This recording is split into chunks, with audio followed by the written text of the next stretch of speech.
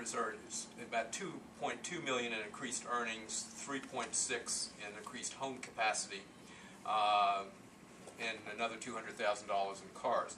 Now, here's a statistic, though, that I want to talk to you about for just a moment, because it gets to college and career ready. I'm very excited that the Education Alliance is promoting that. We also know this from our work in the other major metropolitan areas. We know that you take a child who was going to be a dropout and turn them into a graduate. We know that a certain percentage are going to go on to some kind of post-secondary activity.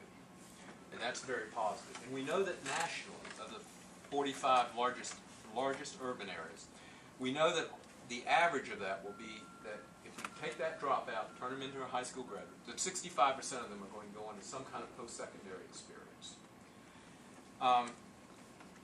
So we took a child that was going to be on the street, kept them in school, and keep them in school, and get them higher education attainment level. That's the good news. Here's the challenge, and here's the challenge for West Virginia. That will happen in West Virginia as well, but the numbers going on to post-secondary are far lower. In Charleston, 40% will go on. In Huntington, 40%. Morgantown, 46%. Weirton, 36%. Wheeling, 33%. So, good news is there are going to be still a number of young people continuing on. But here's the other challenge too, and this is a national problem, but it's even more pronounced here. Remember the 65% that started? What we know nationally is that only 17% are going to get a 2- or 4-year degree. Now, some of them that'll be valid because they went to post-secondary, but it was for a workforce certificate or something. They didn't need a full 2-year degree. They were getting some vocational training of some kind. But we also know, let's be honest, that a lot of them are simply stopping. Because why? They had to take a remedial course. And what the national data shows us is you take a remedial course, and that's the early warning indicator. You're about 3 times as likely to drop out and not finish up your post-secondary work. And so once again, it gets back to why are they taking remedial work? It's what kind of preparation were we preparing for them in the secondary schools. In West Virginia, those numbers are even more pronounced. We believe it's somewhere that ultimately of the 40% in the Charleston metropolitan area, I believe it's something like, oh yeah, actually I have it right here, and only 10% will ultimately get a 2- or 4-year degree. Now, we improve things significantly simply by getting them out of high school, but by the same token, we need to do more. Because you and I know something else, and then I really am going to, well no, I got one other thing I got to talk about. You and I know something, and that is that high school is now the launching pad, but it's not the stopping place. And that at some point along the line, whether it's now or later, students are going to have to, young people, actually it doesn't have to be young people, are going to need to get a higher skill level. And that's what's so critical and why the standard college and career ready. In 1973, 7 years after I graduated from high school here in Charleston, in 1973, 62% of the U.S. workforce had, 72% of the U.S. workforce had a high school diploma or less. So we could run a strong economy in 1973 with a high school diploma or less, 72%. Today, 62% of the workforce has to have post-secondary. And that number is only growing.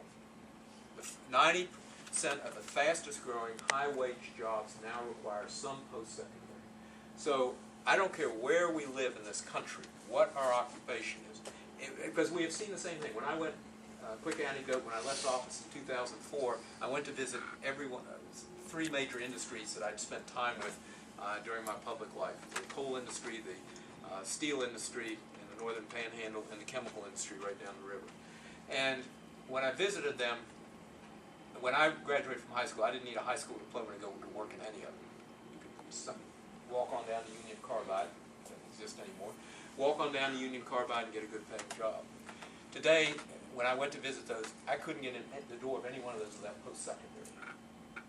And as one mine operator told me, you think I'm letting somebody a mile underground with a $500,000 piece of technical equipment that doesn't have some kind of post-secondary? You're crazy. And so that's the imperative that's for all of us. I know the challenge, and the other part of it is we're at a General Motors moment, and all of you on school boards, God love you. I mean, you take it on. We're at the General Motors moment. And that moment is this. Came for General Motors about 3 years ago. The product wasn't turning out that well. And, quite frankly, and they didn't have, and after that, they began running out of money to make it the way they had to make it. Well, we're not going to have the same amount of funds. That's evident. Both at the federal, state, and I assume the local level, for the next a large number of years. The economic projections for states and state budgets in a cumulative is only to see a percentage decline. And yet we also have a demand for higher outcomes. So what is it that we do? How do we restructure? How do we retool in education just like we've had to in every other industry? You all are the ones who are going to make that happen. Now, there are some opportunities, and I just want to talk for a second about the federal piece of it. I know the governor and the legislature are going through a lot right now with, do they apply for Race to the Top? What changes do we have to make? If there's not one federal dollar on the table, we ought to be making those changes. Pat, I thought your op-ed yesterday went right to the heart of things. Because we don't have a choice anymore.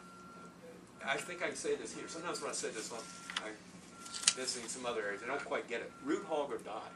I mean, we're up against it. And we don't have a choice. And so we, in terms of this, the way we structure our schools, at the same time we're demanding higher outcomes, we're going to have to make choices. And I think some of them are good because they're going to bring us truly into the 21st century. How do we marry, for instance, content in secondary schools, and particularly in high school? How do we get the highest quality content into a number of our school systems that have trouble recruiting? The state of Georgia has 440 high schools and 88 physics teachers. I suspect the situation is much the same in our state. So quite frankly, I'm not going to be able to get a highly certified physics teacher in every one of our high schools in West Virginia. But I can get that teacher online, I get the content, and now if I've got a teacher that can help guide that discussion and facilitate it, but that'll mean changing our law some. Now we're looking at a highly effective teacher instead of a highly qualified teacher as defined by the federal No Child Left Behind.